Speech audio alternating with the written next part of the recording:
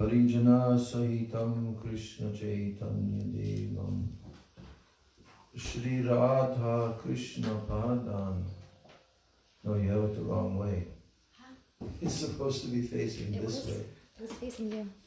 Oh, facing that out? You have to turn it around. I never see my image when they're doing the Facebook Live because the camera's on the back side. Oh, because I did the camera. You can make the camera go in the front or the back. Oh, really? Yeah. So I flipped it so you can actually I see never yourself. knew that. Do you want me to do it the other way? So is it distracting you? Yeah, I'm kind of Okay. not used to that. I'm used to like selfie mode. But so. now that I know that... Risk yourself, Maharaj. Yeah, right. It's like otherwise. These newfangled gadgets.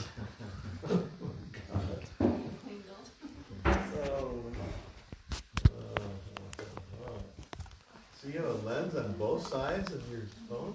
Mm-hmm. What model is that? No, everybody does. No, that's mine. That's just... I mean, the lens is only on one side. You have a camera, so when people do selfies, you hit a button and it turns the camera. So there's a lens on both sides, so then you can you can see yourself when you film yourself.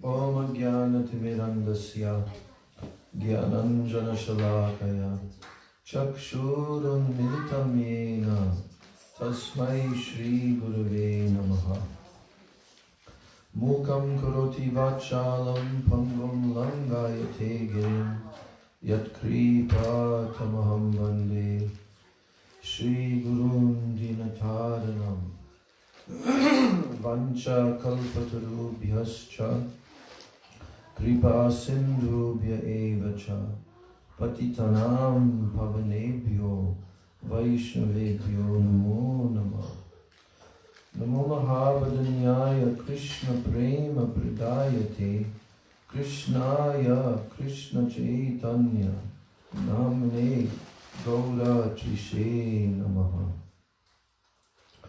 Nityanandam Namastubhyam Premananda Pradayane Kalau Kalmasha Nashaya Janava Pataye Namaha Panchatattvatmakam Krishnam Bhakta Rupa Swarupakam Bhaktavataram Bhaktakyam Namami Bhakta Shaktikam He Krishna Karuna Sindho Dina Bandho Jagatpate Gopesha Gopika Kanta Radha Kanta Namostute Tapta Kanchana Gaurangi Radhe Brindavaneshwari Vrishabhanu Sute Devi Pranamami Hari Priye Brindai Tulsi Debai Priyai Keshavasya Cha Krishna Bhakti Prade Devi Satyavachai Namo Namaha Shri Krishna Chaitanya Prabhu Nityananda Shri Advaita Gadadhar Shivas Adi Gaur Bhakta Vrinda Hare Krishna, Krishna Krishna, Hare Hare, Hare Rama, Rama Rama, Hare Hare. Hare Krishna, Krishna Krishna, Hare Hare, Hare Rama, Rama Rama, Hare Hare. First of all, I'm offering my Dandavat Pranams and my Shraddha Pushpanjali at the lotus feet of my most worshipable beloved Gurudev. Nitya Lila Pravishta Om Vishnu Pad Paramahansa Ashto Tarashata Shri Srila A.C. Bhakti Vedanta Swami Maharaj Srila Prabhupada. And then I'm offering my same unlimited Dandavat Pranams, my Shraddha Pushpanjali at the lotus feet of my most worshipable beloved Siksha Gurudevs, Nitya Lila Pravishta Om Vishnu Pad Paramahansa Asto Tarasata Srila Bhakti Rakshak Sridhar Goswami Maharaj, and Nitya Lila Pravishta Om Vishnu Pad Paramahansa Ashtotar Sata Srila Bhakti Vedanta Narayan Goswami Maharaj.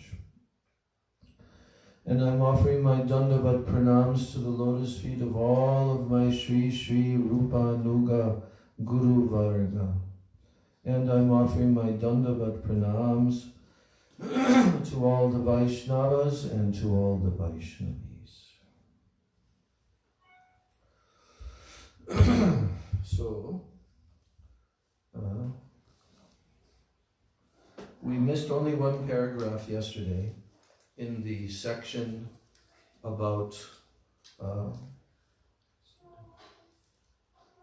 what was the name of that again? Yeah, the rareness. The rareness. Again, rareness? You're still on happiness. Oh, wait a second. No, We're just coming to rareness. I think we finished it. Oh, yeah. So we finished. We finished the... Sandra Natma, Ishe Shatma? I mean, that's the wrong section. Krishna consciousness is all auspicious. All auspicious. Shubhada. Sivada. Okay, so we finished that. And then you went on. And then we went on in happiness in Krishna consciousness. That's Right. Bob, the first Right, part of and Bob. yes, I'm trying to find where we finished.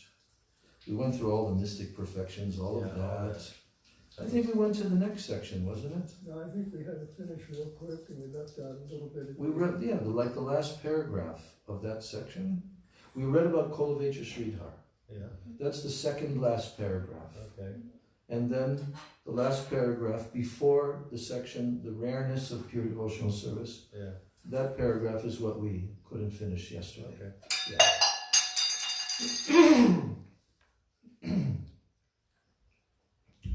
So in the Narada Pancharatra, it is also said that any person who has developed even a small amount of devotional service, he doesn't care a fig for any kind of happiness derived from religiousness, economic development, sense gratification, or the 5 kinds of liberation. Any kind of happiness derived from, again, religiousness, economic development, liberation, or sense gratification cannot even dare to enter into the heart of a pure devotee. It is stated, oh, we read this.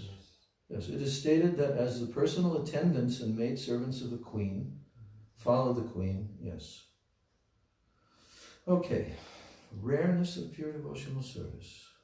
Yes, we were already reading this section. I don't know why I forgot all of this. Maybe that's where we left off. Yes, it's at the end of that section, the last paragraph. Really? Yeah, it's short. After that comes the happiness of becoming one with the Supreme. No, we also... Oh, no. Srila Rupa Goswami says that if Brahmananda, or the happiness of becoming one with the Supreme, is multiplied by 1 trillion fold. We didn't read that. Yeah, we didn't read that. 1 trillion fold. It still cannot compare to an atomic fraction of the happiness derived from the ocean of devotional service. So, yeah, and yes.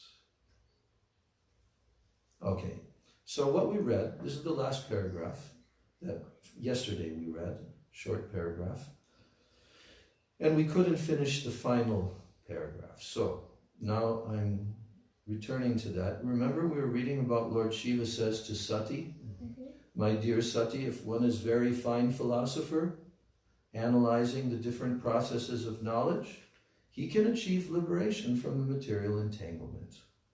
By performance of the ritualistic sacrifices recommended in the Vedas, one can be elevated to the platform of pious activities and thereby enjoy the material comforts of life to the fullest extent. But, there's a big but attached here, all such endeavors can hardly offer anyone devotional service to the Lord, not even if one tries for it by such processes for many, many thousands of births. Yes. Actually, that was the question after our class last night when we were taking some prashadam. KK actually asked me about that last statement. She was wondering about that. Because here, it's saying that all these different endeavors, analyzing, philosophical, so many ritualistic activities. Yes, you can come to the platform of pious activities. You can enjoy material comforts of life. But all such endeavors can hardly offer anyone devotional service to the Lord, not even if one tries for it by such processes for many, many thousands of births. So, her question, I guess none of you were there when she was asking that question yesterday. It was kind of after everybody left. And she was wondering about this, because it sounds like it's almost impossible to come to the path of bhakti by such a statement like this. How will it be possible for those people who are pious, who are trying through these other pathways, to eventually come to the pathway of bhakti? Because it says here, even if they continue to try for it for thousands of births. Yeah. So that raised a doubt. You understand? But they're trying through a certain way. That's right. They haven't. Isn't this related to that verse, Krishna Bhakti Rasa Bhavitamati? In what way? Same kind of meaning? That one cannot... Yeah, similar. Similar. Yeah. Doesn't it Attain also that. relate, doesn't it also relate to the example of sannyasi Thakur and the Jaina Dharma? He was a Brahmavadi Yeah. and hadn't committed offenses, Right. and therefore he was able to be attracted immediately to devotional service. Yeah, and how did that happen? So, Just the vision.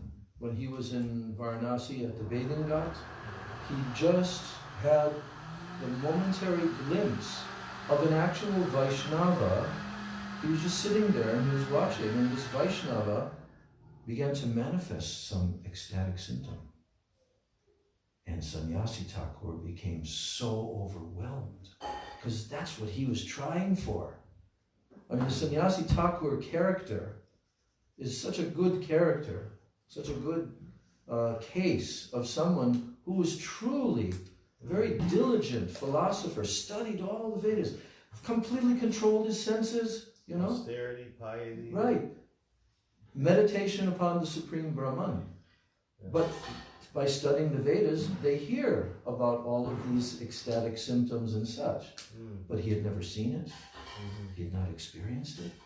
And when he saw that Vaishnava at the bathing ghat, it aroused in him such an intense, curiosity, which made him start to search. I guess he didn't approach that Vaishnava. He said he was proud of his He is status. proud, that's right. Yeah. Right. And then what happened? And then he Began to Then search. spy on my status. Yes. Then he began to go to search for Yes. the real Vaishnava. Right, but how did he end up coming to Navadvip?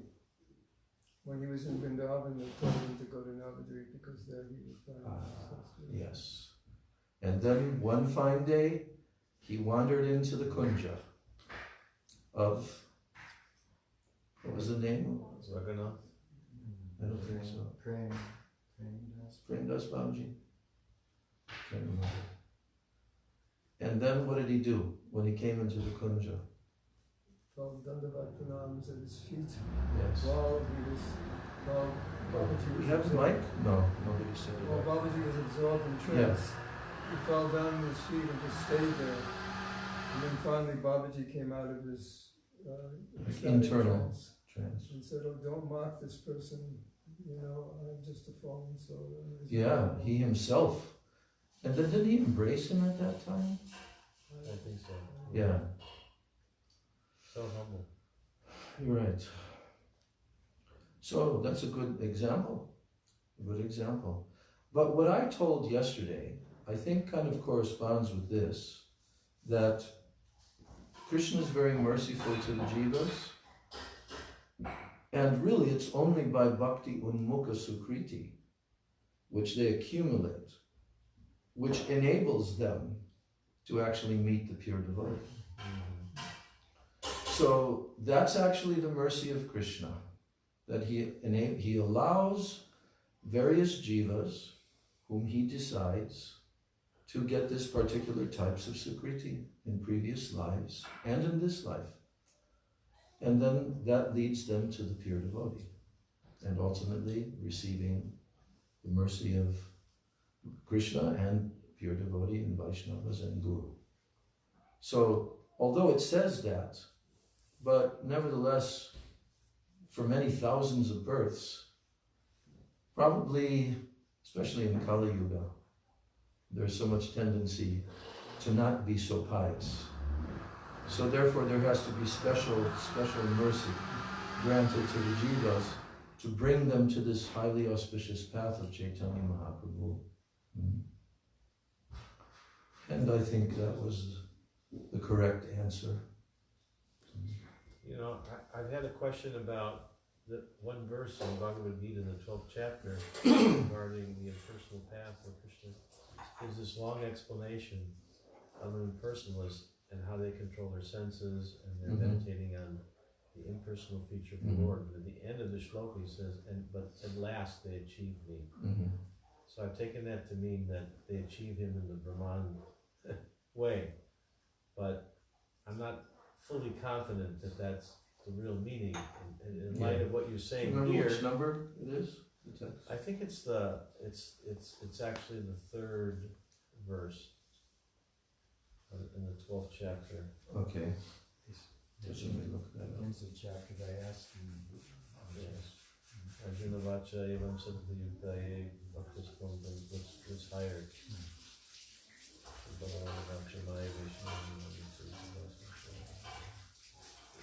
So chapter 12, verse. Right, third verse. Yeah. Ye tvaksharam aniradeshyam te sarvatragam achintyam cha kutastam achalam dhruvam saniyam yendriya gramam sarvatra samabudhaya te prapnuvanti mam eva sarva bhuta hite rata. What's the shloka before that? Yeah. Srila Bhagavan vacha maya vesha mano ye mam niti yukta upasate shraddhaya pareo petas teme yukta tamamataha.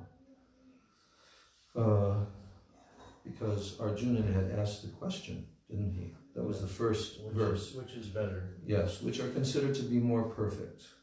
Those who are always properly engaged in your devotional service, or those who worship the impersonal Brahman, the unmanifested, Aksharam. Then Sri Bhagavan Vacha, Krishna answers, those who fix their minds on my personal form and are always engaged In worshiping me. What? Impersonal. No, on my personal form. Personal. Yeah. They're always engaged. Maya Vesha Mano Yema. So he says, those who fix their minds on my personal form and are always engaged in worshiping me with great and transcendental faith, Shraddhaya Parayopetas, they are considered to be, by me, to be most perfect. Yuktatama. But the next verse. And then the third verse is referring to, but those who fully worship the unmanifested, that which is beyond, that which lies beyond the perception of the senses, the all-pervading, inconceivable, unchanging, fixed and immovable, the impersonal conception of the absolute truth, by controlling the various senses and being equally disposed to everyone, such person engaged in the welfare of all at last achieve me. Yeah. So Prabhupada is saying, let's hear what Prabhupada says for this. Okay. He'll probably.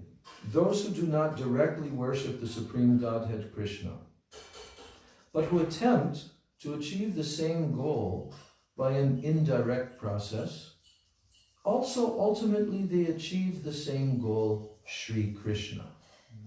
Then he quotes, after many births, the man of wisdom seeks refuge in me, knowing that Vasudeva is all. That's Bhavanam Janmanam Ante verse. Right? Vasudevam Sarvam. That's the personal conception. Yeah. Okay. So, But anyway, let's see go ahead. what Prabhupada's saying. yeah. So, when a person comes to full knowledge, after many births, he surrenders unto Lord Krishna. If one approaches the Godhead by the method mentioned in this verse, then he has to control the senses, render service to everyone, and engage in the welfare of all beings. It is inferred that one has to approach Lord Krishna. Otherwise, there is no perfect realization. Jai Shri Shri Guru Gauranga. Radha Govinda Ki Jai.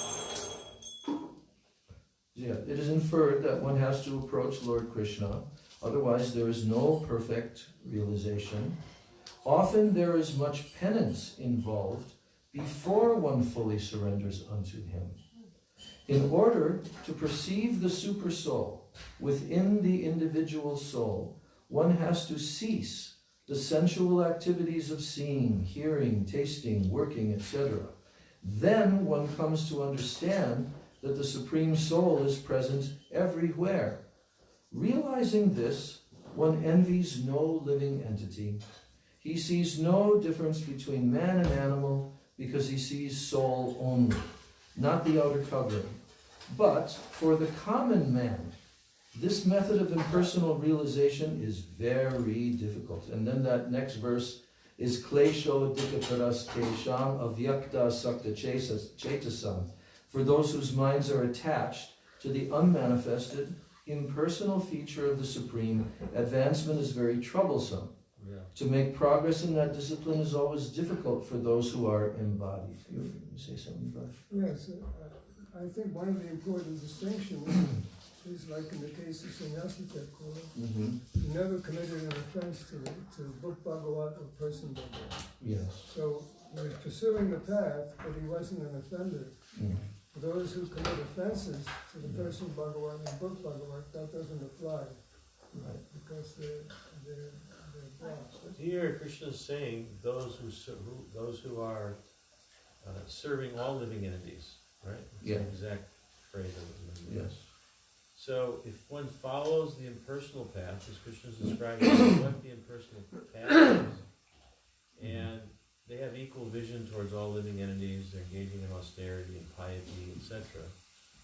In this case, what you're reading is that in Nectar of Devotion, and we're talking about Sannyasi Thakur, is that he did come to the personal path. So my question is, in Krishna's statement in Gita, when he says that they at last achieve me, is he talking about me as Bhagavan or me as Brahman?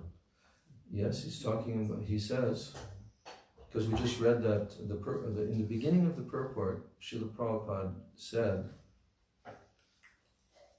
those who do not directly worship the Supreme Godhead Krishna, but who attempt to achieve the same goal by an indirect process, also ultimately achieve the same goal, Sri Krishna. Sri Krishna. Yes. So that's assuming, like you said, there was no aparad, and they're sincere, they just are lacking knowledge. Right. And somehow through that process of austerity and piety, maybe they get some mercy from a Geta Bhakti Sukriti or sadhu or something, and they come to the platform of personal realization. Yeah. Right? We've always heard, one second, we've always heard that Brahmavadis, they're not offensive. Okay. But Mayavadis are very offensive. But Brahmavadis are not offensive. And we see many cases of Brahmavadis, like the four Kumaras and so forth, that when they come in contact, then it arouses in them And like he just pointed out, Sannyasi Thakur was not offensive. Mm. So I think this is referring to, because there are these two paths. So Prabhupada validates this quite often, you know, in the Bhagavad Gita, that there are two spiritual pathways. One is personal, one is impersonal. So it's not that the impersonal is wrong, it's just that they don't have complete knowledge yet, right? Yeah. And they're pious. So they've adopted this process, but it's very difficult. That's why Arjuna is asking, which is better? Who is better? The one who worships you in your personal form, or those who worship the impersonal? Mm. So Krishna is now delineating this. This is the very beginning of the chapter, and he's saying, yes, in the end, they also reach me. But then the next verse, Klesho Dikataras Very Tesha. difficult. It's very difficult to make progress in that. May I ask another question? Yeah, sure. Can I just yeah, comment go on ahead. what your question is? In Brihad Bhagavatamrita, when Gopkumar is going through the Brahmavad Brahmajyoti. area, Brahmajyoti, Yeah. and he's kind of getting attracted and sucked into that. Mm. And it's explained that it's always sadhusanga, so sometimes devotees like Narada Muni, he'll bring a Sankirtan party through that region. On the way up to Vaikuntha. And that's the only way that one can be released from that Brahman effulgence when one's completely absorbed in the personal feature. So it's always sadhusanga. No, there's one other way. Because Not to Gurudev- get released to go there, Well, but Gurudev was so emphatic about bhakti only comes from bhakti. yeah. Yeah. I'm accepting that. I just wanted to make one point. It's a little bit different. They generally will fall back down. Yes, because they don't That- achieve that- Brahma, exactly. full Brahman realization. It's very rare for them to meet the pure devotees there, but that's true sometimes. Yeah, but Gopkumar was almost getting sucked in. Yes. And then some devotees said, no, don't go that way, don't go Uh-huh. that way. Yeah. Yes. Dangerous. Just Yes. ask a question. Oh, go ahead. Can you explain again the difference between Brahmavad and Mayavad in Yes. a succinct way?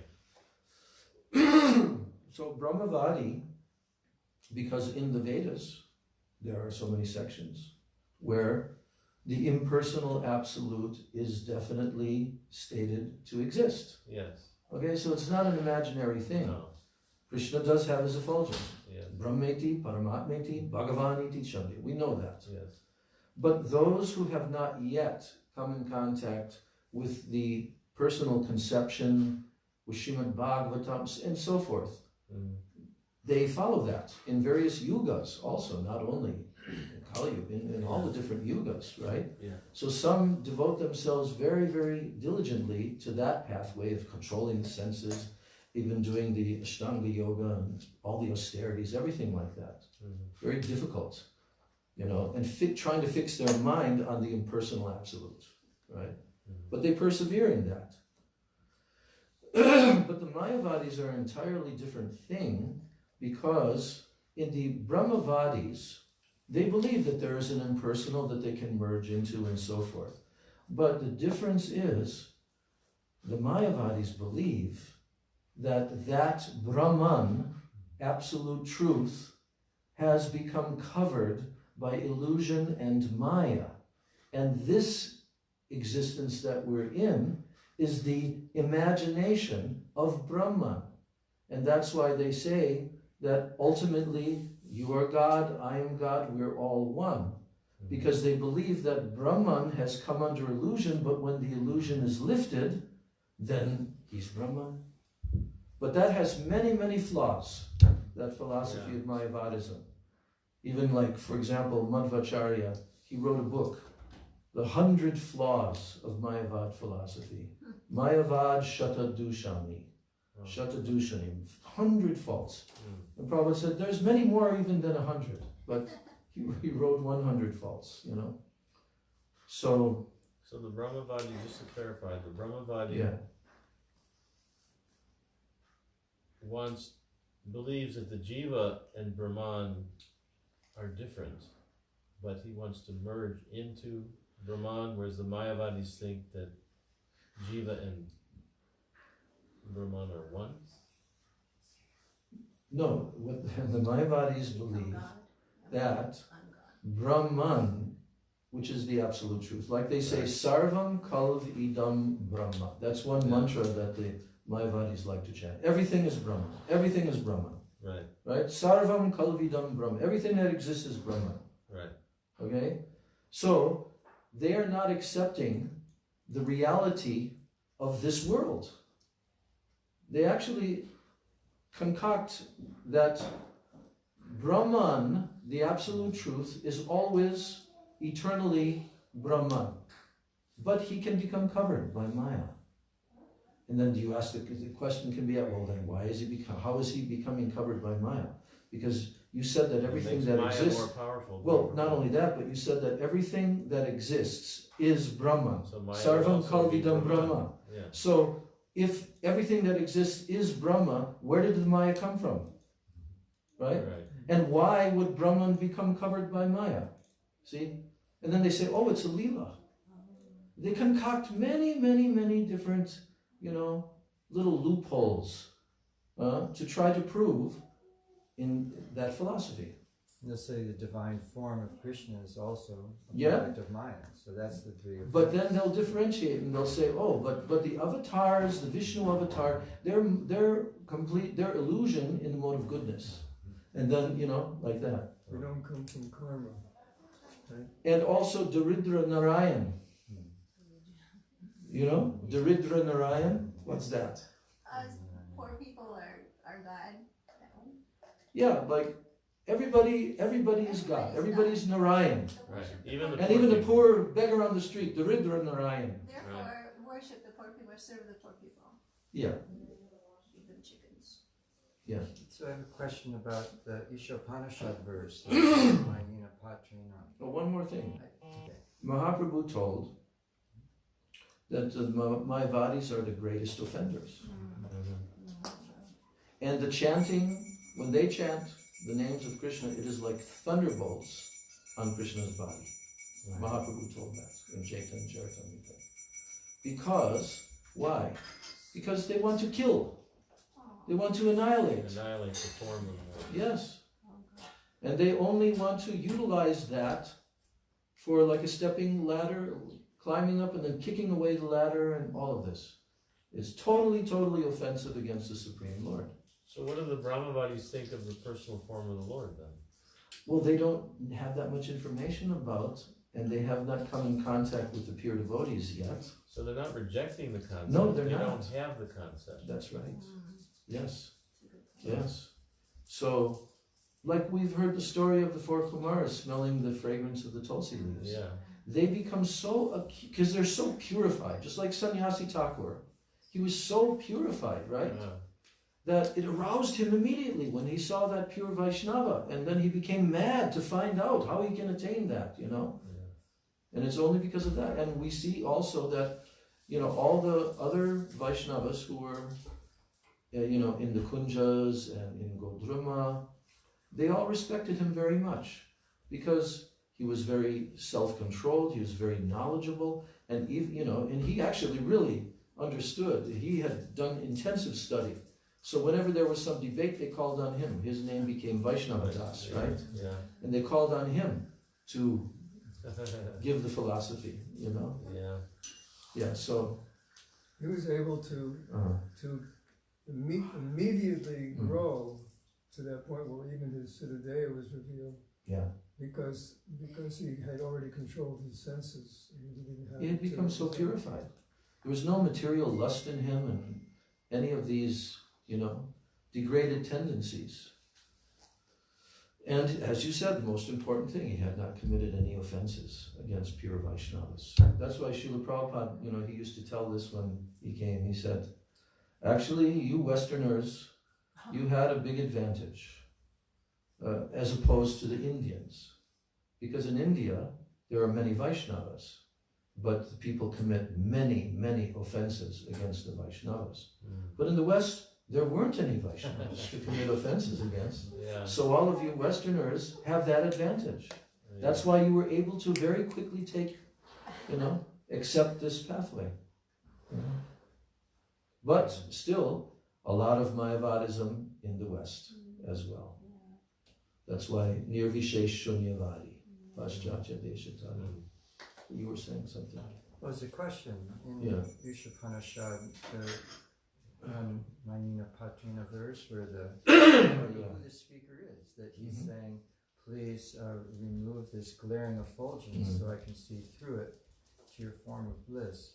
Now, is it that the speaker has somehow come to an understanding that light must have a source, so what is that source? And does he, notice, is it a prior understanding that there is this beautiful form of Krishna that is the source of the effulgence, and somehow he's come to a realization of Brahman that's blinding him, and then he's asking, oh, please remove this. I've come to this level of Brahman realization, but I don't want this. I want to go further and see the source of that effulgence. Who is that person? Or does he come to some, on his own philosophical understanding, well, there must be a source to this, and it must be personal? Well, I mean, it's been many, many years since I've read the Ishopanishad, but I mean, he, you know, this is an individual in the Sri Ishopanishad who is undergoing his own experience in his self-realization, right?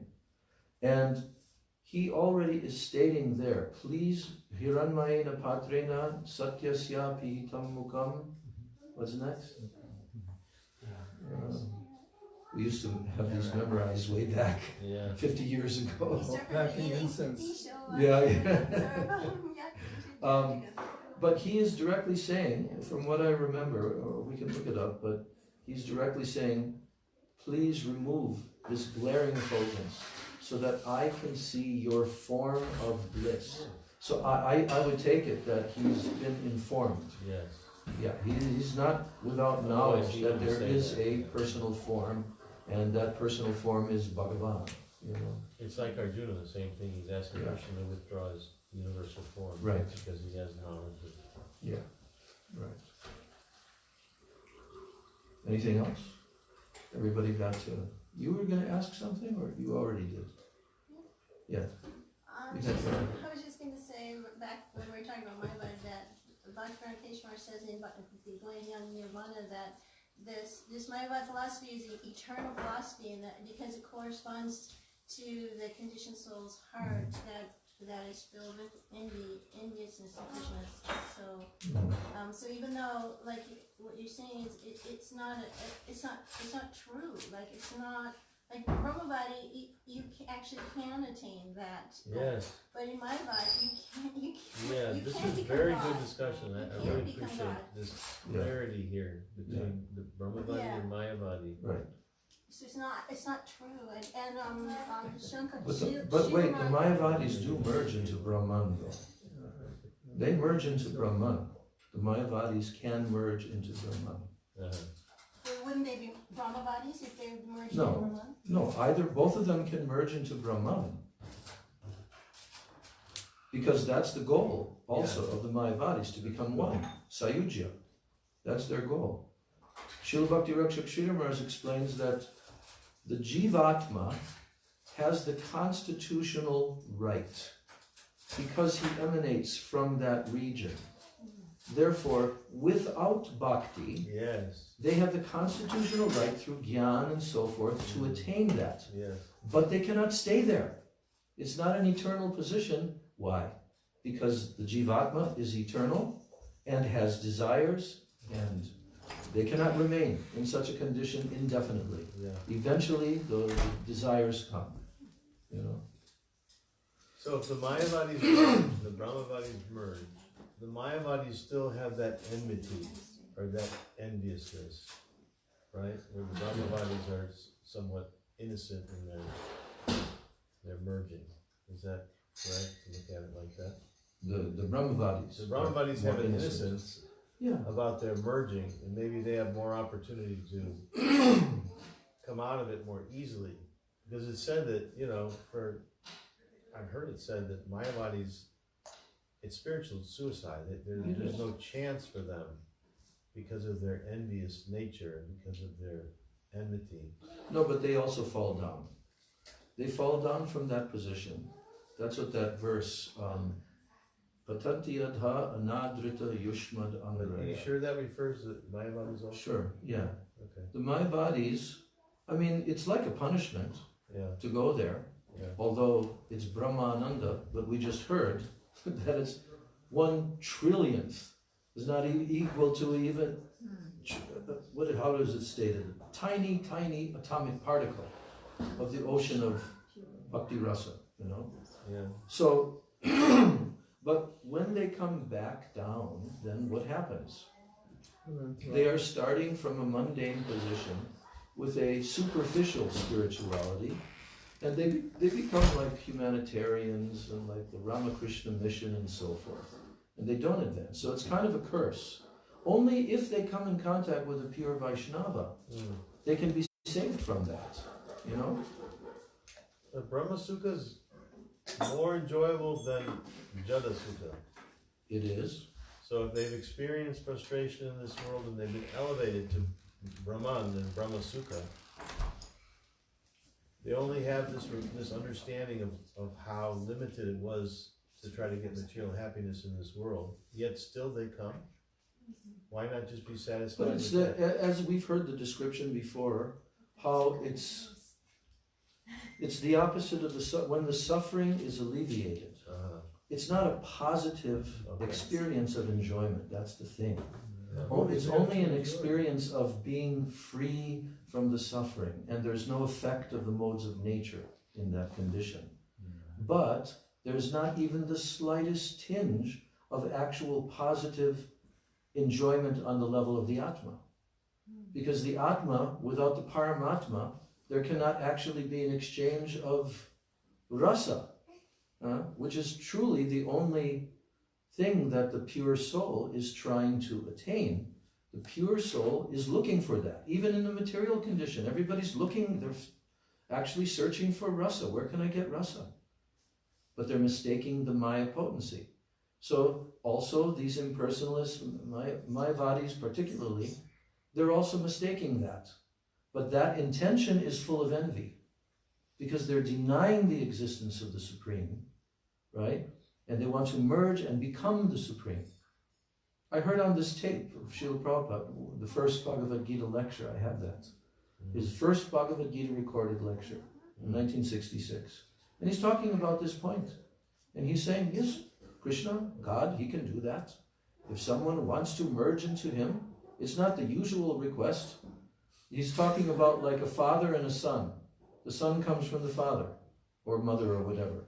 But, you know, if the son wants to merge into the existence of the father in this material world is not able to do that. But Krishna can do that. He can grant that. Okay, come on.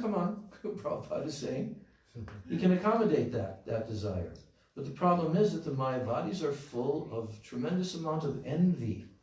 And that envy is what prohibits them from being able to enter into the realm of bhakti and bhakti rasa and all of that. So it's like a punishment. That's why the pure Vaishnavas, they'll never accept Sayuja Mukti. They'll always reject that, because they understand that it absolutely takes away any possibility of having love and ecstatic, rasa-filled, you know, it's just absolutely, it's like being condemned to hell for millions of lives. That's why Prabodhananda Saraswati said, Kaivalya narakayate. You know that verse? Kaivalya narakayate, tridashapur akasha pushpayate, durdan tendriya kala sarpa patali, protkata damstrayate, vishwam purnam sukayate, vidi mahendradischakitayate, Sri Chaitanya, the last line, Sri Chaitanya Kripa Kataksha, I forget exactly how the last line goes, but for anyone that has ever achieved the merciful sidelong glance of Sri Chaitanya Mahaprabhu, for that person, all these things are true. Kaivalya, merging, is like hell. Heavenly planets, are called Akasha Pushpa, flowers in the sky. They have no real existence, right? They're just imagination. The whole heavenly planets, that enjoyment. That's how the pure Vaishnava sees them. Durdan Tendriya Kala Sarpa Patali Protkata Damstrayate. The fangs of a black serpent, that's what the material senses are. They're like that. But for a pure devotee, it's like, oh, the fangs have been removed. No problem at all. The controlling the senses, right? Then he says, Vishwam Puranam Sukhayate. The entire universe is completely filled with happiness for such a devotee who has received the merciful sidelong glance of Chaitanya Mahaprabhu. And finally, at the end, it says, Vishwam Puranam Sukhayate. Vidi Mahendra Discha Kitayate. And how does he look at the great personalities of the universe, the demigods, Vidi, Mahendra, Adis, Brahma, Indra, Chandra, all these great demigod personalities? He sees them as Kitayate. Kita means insect. He doesn't make any differentiation, big demigod and insect. That's Prabodhananda Saraswati's verse. Yeah, I love that verse. Prabhupada quoted that one. Time has run out, but Braj has one thing to say. Well, Srila Maharaj called impersonal realization like deep sleep. Yeah. So when the jiva does achieve that, there's no person to realize it. How is it pleasurable if your personality is... There's no suffering. The Jivatma is still there. The Jiva has not actually merged. It is an experience, it's like an illusion that enables him to feel that he's one with everything. But his individuality is still there. Why? Because the Jivatma is eternal. He's eternally an individual. Name tvaham jatu nasam natvam neme janadipa. Krishna tells, there is never a time when I did not exist, nor you, nor in the future shall any of us ever cease to be. So the Jivatma is eternal. But that type of liberation is still temporary because it's not the eternal function. It's not the dharma of the Jivatma. So he has to again come back down. Either he has to go to the spiritual world, if Narada Muni comes by with his kirtan party, or he has to come back down and then go. Like that. Okay. Haribo. Jai. Srimad Bhagavad Gita ki jai. Shri Nectar of Devotion ki jai. Shri Rupa Goswami Pada ki jai. Shri Prabhupada ki jai. Lord Premanandi. Vansha Kalpatudubhascha Kripa Sindhu Devi Vacha Patitanam Pavanebhyo